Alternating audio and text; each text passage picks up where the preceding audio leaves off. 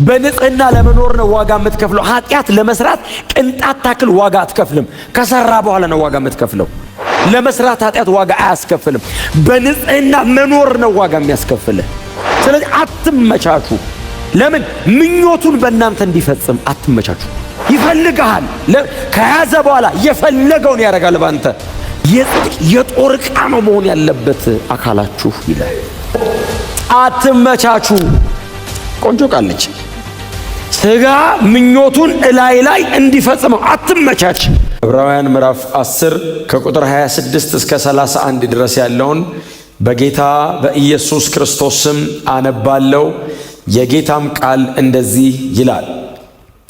የእውነትን ዕውቀት ከተቀበልን በኋላ ሆን ብለን በኃጢአት ጸንተን ብንመላለስ ከእንግዲህ ለኃጢአት የሚሆን ሌላ መሥዋዕት አይኖርም። የሚቀረው ግን የሚያስፈራ ፍርድና የእግዚአብሔርን ጠላቶች የሚበላ ብርቱ እሳት መጠበቅ ብቻ ነው። የሙሴን ሕግ የናቀ ማንኛውም ሰው 2 ወይም 3 ሰዎች ከመሰከሩበት ያለ ምሕረት ይገደል ነበር። ታዲያ እግዚአብሔርን ልጅ የረገጠ የተቀደሰበትን የኪዳኑን ደም እንደ ተራ ነገር የቆጠረ የጸጋንም መንፈስ ያክፋፋ እንደምን ያለ የባሰ ቅጣት ይገባው ይመስላችኋል? በቀል የእኔ ነው፣ እኔ ብድራትን እመልሳለሁ ያለውን እናውቀዋለንና ደግሞም ጌታ በሕዝቡ ላይ ይፈርዳል ይላል።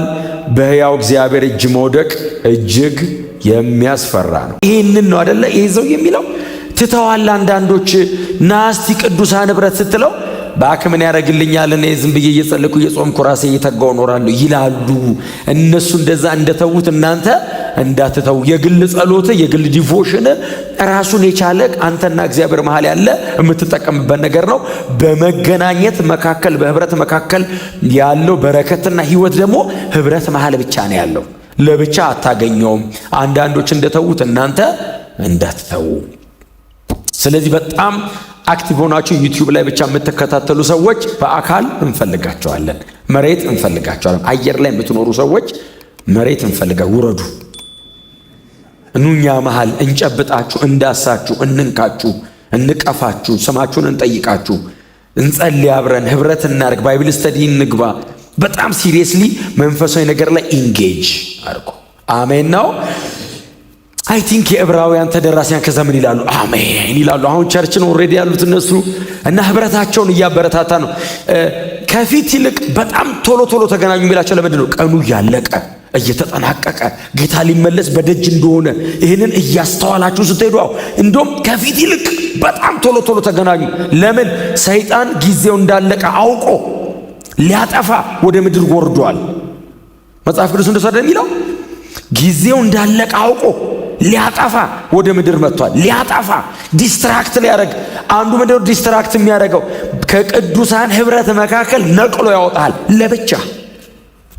አሴሮሪንግ ላይን ነው አደለ? አሁን መጽሐፍ ቅዱስ የሚለነው ሰይጣን አሁን የሚያገሳ አንበሳ ሳይሆን እንደሚያገሳ አንበሳ። የሚያገሳ አንበሳ አይደለም ሰይጣን። እንደ ከሆነ አክት ያደርጋል ነው። አንበሳ ምንድን ነው የሚያደርገው? ታርጌት ፉሊ አንበሳ እኮ 1000 መንጋ ተሰብስበው ብቅ ይልና ይላል ሲል ብትን ሲሉ አንዷን ታርጌት አድርጎ ይዞ ይሄዳል። ልክ እንደዛ ከመሃል ነው ነጥሎ የሚያወጣው።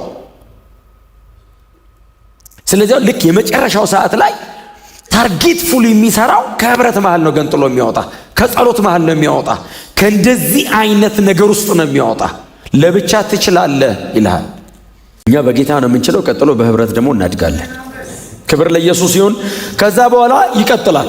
ጳውሎስ እያወራ ያለው ሕይወት ስለሚሰጥ ጤናማ እውነት እያወራ ነው። የእውነት ዕውቀት አንደርስታንዲንግ፣ ወንጌል ገብቶት ሰው እውነት በርቶለት ሰው የእግዚአብሔር ፈቃድ የተገለጠው በልጁ በክርስቶስ ኢየሱስ በኩል ያለው የእግዚአብሔርን ማዳን ሰው ከተገነዘበ በኋላ የእውነት ዕውቀት ማለት ኢየሱስ ስለ ኃጢአት ሕይወቱን እንደከፈለ ሰው ከገባው በኋላ እግዚአብሔር ኃጢአት ላይ ምን ያክል ሲሪየስ እንደሆነ ሰው አንደርስታንድ ካረገ በኋላ ሰው እግዚአብሔርን ካወቀ በኋላ እግዚአብሔር በምህረቱ ወደር የሌለው እጅግ በጣም መሐሪ ለምህረቱ ማብራሪያ የሌለው አምላክ ነው። በዚያው መጠን ደግሞ እጅግ ቅዱስ ጻድቅና ኃጢአትን የማያልፍ ደግሞ አምላክ ነው። ይህንን ሰው ካወቀ በኋላ የእውነትን ዕውቀት ከተቀበልን በኋላ ሆን ብለን ከባድ ቃል አይደለች ብቻ ዴሊብሬትሊ ሆን ብለን በኃጢአት ጸንተን ብንኖር አሁን ሐማርቲያኖስ ነው የሚለው ቃል። ሐማርቲያ ማለት ኃጢአት ማለት ነው። ሐማርቲያኖስ ማለት ካራክተር ብናረገው ባህሪያችን ቢሆን በዚያ ለመኖር ብንወስን ምን ማለት ነው? እግዚአብሔር የገለጠልኝን ይሄንን እውነት የዚህንም የእውነት ዕውቀት ብገፋው ማለት ነው። አንድ ቃል ትዝ አለኝ። ቲቶ ምዕራፍ 1 የመጨረሻው ቁጥር ላይ 1:16 እግዚአብሔርን እናውቃለን ይላሉ፣ ዳሩ ግን በተግባራቸው ይክዱታል። አጸያፊዎች፣ የማይታዘዙና ለበጎ ሥራ የማይበቁ ናቸው። እዛ እናንተ ያዛችሁ ትርጉም ላይ እግዚአብሔርን እንዲያውቁ በግልጥ ይናገራሉ፣ ከዛስ በሥራቸው ግን ይክዱታል። ድንገት አይደለም። አዎ ሆን ብለን እግዚአብሔር በዚህ የእውነት ዕውቀት እንድንኖር ጸጋ ጨምሮ ይስጠን። ማስተዋልን እግዚአብሔር ይስጠን። እግዚአብሔር ሰውን ሲኦል አይከቶም። ሰው ሮጦ ነው የሚገባው እንዴ? እግዚአብሔር ሰውን ሲኦል አይከቶም። ሰው ራሱ ነው የሚገባው። እምቢ አልፈልግም ይላል። ናላድን አልፈልግም፣ እንዳመጣ እንዳትጠጋኝ። ኧረ ልጅ ይኸው መስቀል ላይ ሞቷል፣ አልፈልገው። ደሙ ፈሶላል፣ አልፈልገው። የኪዳን ደም ይረግጣል፣ የተቀደሰበትን መንፈስ ያክፋፋል፣ የጸጋ መንፈስ ይረግጣል። እምቢ ይላል። ራሱ ነው። ሰው ሊደክም ይችላል።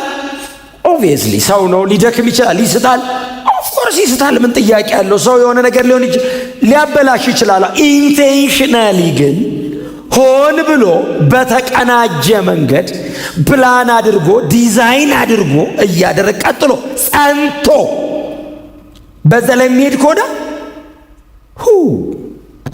በጣም ከባድ። አንዳንዶች ምን ይላሉ?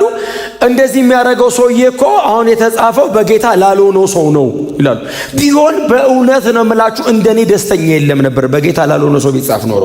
ግን ክፍሉ ምንድን ነው የሚለው? የእውነትን ዕውቀት ከተቀበልን በኋላ ኦልሬዲ የእውነት ዕውቀት የተቀበለ ሰውዬ ነው። ጌታን የተቀበለ ሰው ነው። ሌላ የእውነት ዕውቀት አለ እንዴ? ቸርች ካለው የእውነት ዕውቀት ኒውክሌር ሳይንስ አይደለም። መሬት ዘመም ብላ ወደ ግራ ነው ወደ ቀኝ ነው የምትሽከረከረው። ይሄ አይደለም የእውነት ዕውቀት ለኛ። እሱ ፋክት ነው። ትሩዝ ለኛ ወንጌል ነው። ወንጌል ጎስፕል። እስቲ አሜን በሉ። ኢየሱስ መስቀል ላይ ስለ ኃጢአቴ ሞቷል፣ በክርስቶስ ኢየሱስ በማመን የዘላለም ሕይወት አግኝቻለሁ። ይሄ ነው የእውነት ዕውቀት። ይሄንን ከተቀበልክ በኋላ ሆን ብሎ ሰው በኃጢአት ጸንቶ ከዛስ ቢመላለስ ምን ማለት ነው? ወክ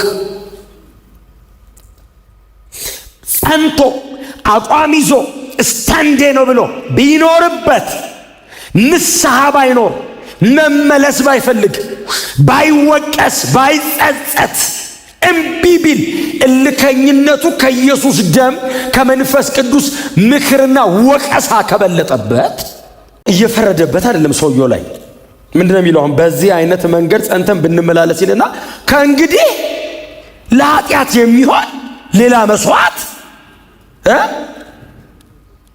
የለም አይደለም፣ አይኖርም። እንዳታስበው። አሁን ሰው በዚህ አንደርስታንዲንግ ውስጥ ሆኖ ኃጢአት እየሰራ ቢኖር ከዛ በኋላ ሌላ ቻንስ አለ ቢል አሁን ሰውየው እያወራ ያለው በጣም ሲሪየስሊ ስሙን፣ የክርስቶስ ኢየሱስን ደም ከመናቅና የተሰራውን የመስዋዕትነት ሥራ ከማክፋፋት አንጻር ነው እየተነሳ ያለው ክፍሉ። ደክሞ ኃጢአት ሰርቶ ተጸጽቶ ንስሐ ስለሚገባው ሰው አይደለም አይደል እያወራ ያለው።